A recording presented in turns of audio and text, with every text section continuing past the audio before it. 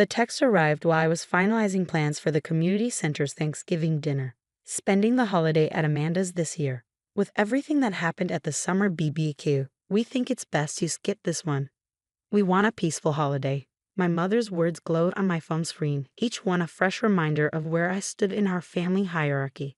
I'm Catherine Mitchell, 34, and for the first time in my life, I've been officially uninvited from our family Thanksgiving. The summer BBQ incident my mother referenced. I'd simply called out my sister Amanda for lying about using my deceased husband's life insurance money to fund her lifestyle blog. Apparently, pointing out theft was considered starting drama in our family. Perfect, I typed back, my fingers steady despite the emotion building in my chest. Hope you all enjoy your peaceful holiday. My mother's response was immediate. Don't be like that, Catherine.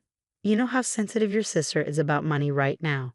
I set my phone down and looked around my kitchen, where I'd been planning to prep dishes for our family gathering. The counter was covered with grocery lists and recipe cards. Traditions I'd maintained even after losing James 2 years ago. My sister hadn't just taken his money, she'd stolen the last connection I had to our shared holiday memories. The community center's director, Michael, called just as I was about to sink into self-pity. Catherine, please tell me you're still coordinating the Thanksgiving dinner. We've got twice as many sign-ups as last year. I glanced at my mother's text again, then at the lists I'd made. Actually, Michael, I think I can do more than coordinate. I'm completely free that day. Really? That would be amazing. The kids from the youth program are hoping you'd be there. They love your stories. For the first time that morning, I smiled. The community center had become my sanctuary after James passed, a place where I could channel my grief into something meaningful. While Amanda posted about living her best life with my husband's money, I've been quietly building a community of people who actually cared about making a difference. That evening, my phone buzzed with a call from my father. Princess, your mother told me about the text. Don't you think you're being a bit stubborn? Amanda's going through a lot right now. Is she, Dad?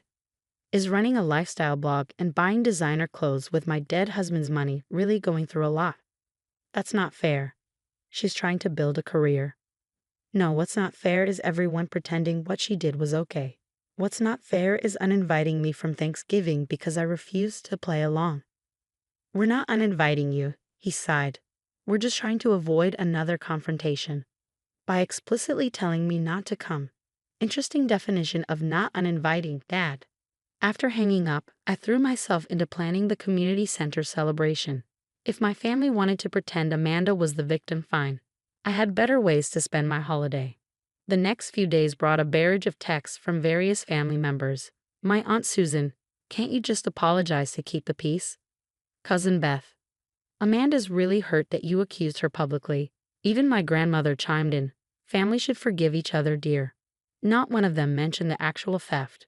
Not one questioned why Amanda had access to James's insurance money in the first place, or why she felt entitled to use it for her social media career. The pattern was familiar. Amanda does something terrible. Everyone rushes to protect her feelings, and I'm cast as the villain for pointing out the obvious. A week before Thanksgiving, Amanda herself posted a long Instagram story about toxic family members and choosing peace over drama. Her followers flooded her comments with support, none of them knowing she was talking about the sister whose dead husband's money funded her perfectly curated posts. I channeled my anger into action. The community center's Thanksgiving plan expanded from a simple dinner to a full day of activities. I coordinated with local businesses for donations, organized volunteers, and arranged for professional photographers to document the event. Michael was thrilled, especially when I suggested inviting local media to cover our celebration. This could really help with fundraising, he said, eyes bright with excitement. Are you sure you want to take on so much? I know holidays can be tough since James. I'm sure, I replied, surprising myself with how much I meant it. It's time to make some new traditions. The day before Thanksgiving, my mother tried one last time. Amanda feels terrible about the money. She's willing to talk about paying you back if you'll apologize for embarrassing her at the BBK. I stared at the message, a strange calm settling over me. 2 years of watching my sister spend my husband's death benefit on Instagram props and designer clothes. 2 years of family members telling me to let it go and keep the peace, and now they wanted to negotiate. No need, I texted back. I've got plans for tomorrow. Enjoy your peaceful holiday. Then I turned off my phone and focused on finalizing details for the community center celebration. My family wanted peace. They could have it. I had something better planned, something that would show them exactly what they'd chosen to exclude me from, and more importantly, what I'd built without them. Little did they know, their peaceful Thanksgiving was about to become the talk of the town, and not in the way they'd planned. Thanksgiving morning dawned crisp and clear. While my family was probably gathering at Amanda's for their peaceful celebration, I arrived at the community center at 6 a.m., where a team of volunteers was already setting up.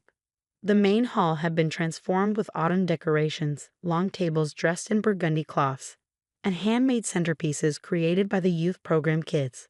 The local news crew will be here at noon, Michael announced, helping me arrange the welcome station. They're doing a special feature on community Thanksgiving celebrations. And guess who they want to interview? I looked up from the name cards I was organizing. Please tell me you're joking. Nope, they specifically asked to speak with the coordinator who turned a small community dinner into. He checked his phone, reading from an email, a testament to the true spirit of Thanksgiving. The irony wasn't lost on me. While my family had excluded me for causing drama, I'd be speaking on live television about bringing people together. By 11 a.m., the center was buzzing with activity. Local restaurants had delivered hot dishes, bakeries sent fresh pies, and volunteers streamed in with homemade contributions. The smell of turkey and spices filled the air, reminding me of past Thanksgivings, before James died, before Amanda's betrayal, before my family chose peace over justice. My phone had remained off since yesterday, but I knew what I'd find if I turned it on. More messages about keeping the peace, probably some passive-aggressive posts from Amanda about choosing happiness over negative energy. I didn't need to see any of it. The news crew arrived right on schedule. Sarah, the reporter, was immediately drawn to our story.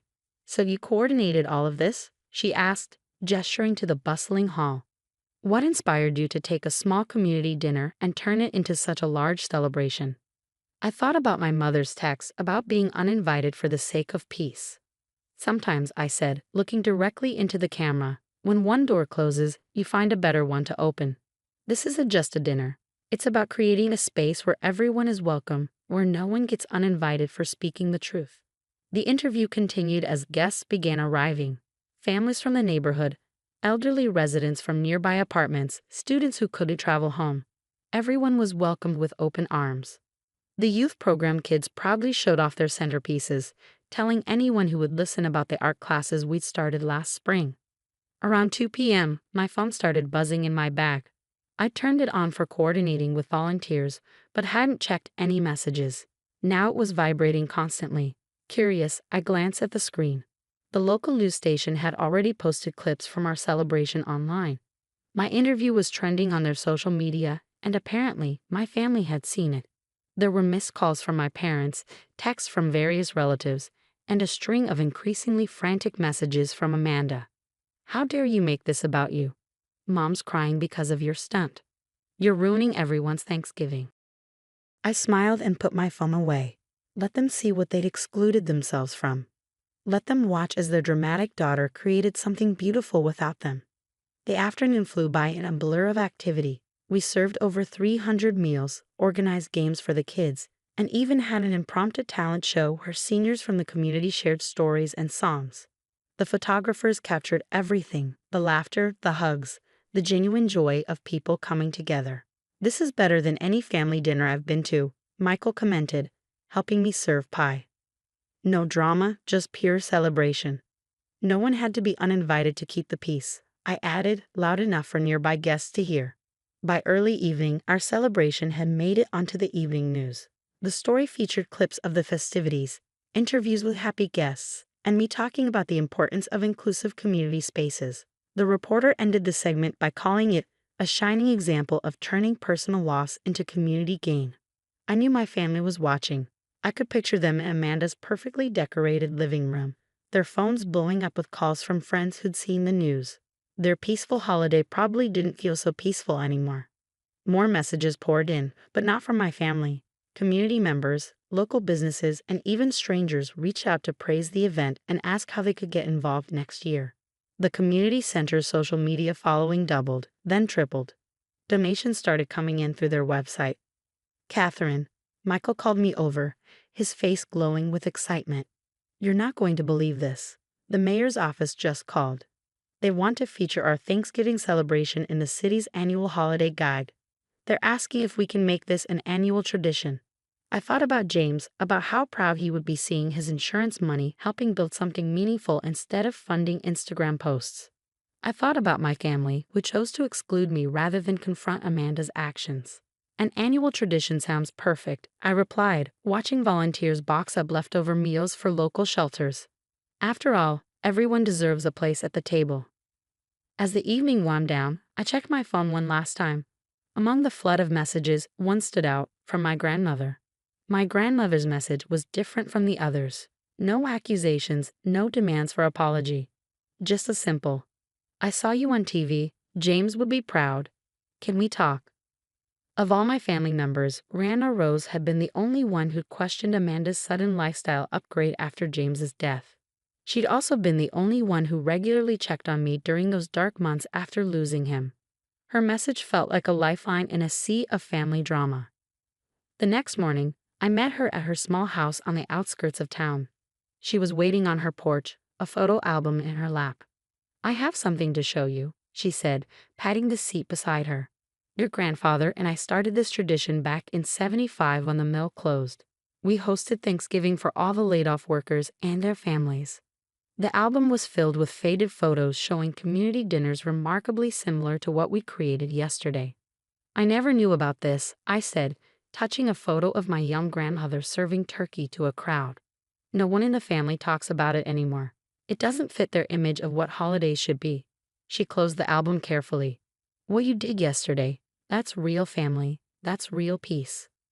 My phone buzzed, another message from Amanda. Mom's a mess because of your publicity stunt. Hope you're happy. Grandma Rose saw the text and shook her head. You know, I've been quiet too long about this. Your sister took advantage of your grief, stole from you, and somehow made herself the victim. It's time someone besides you spoke up. Before I could respond, she was already dialing my mother's number, putting it on speaker. Mom, my mother answered, sounding tired. Margaret, we need to talk about what really happened with James' insurance money. What followed was the conversation I've been trying to have for 2 years. Grandma Rose methodically laid out everything. How Amanda had convinced me to give her temporary access to the account while I was deep in grief. How she'd gradually siphoned off money for her blog. How the family had chosen to ignore it to keep the peace. But she's paying it back, my mother protested weakly. Only after Catherine exposed her, Grandma shot back. And you all punished Catherine for telling the truth. You uninvited your grieving daughter from Thanksgiving while protecting the one who stole from her. How do you justify that? The silence on the other end was deafening. I need to think about this, my mother finally said, hanging up. Grandma Rose squeezed my hand. Give it time. Truth has a way of breaking through eventually. She was right. By Sunday, the facade began cracking.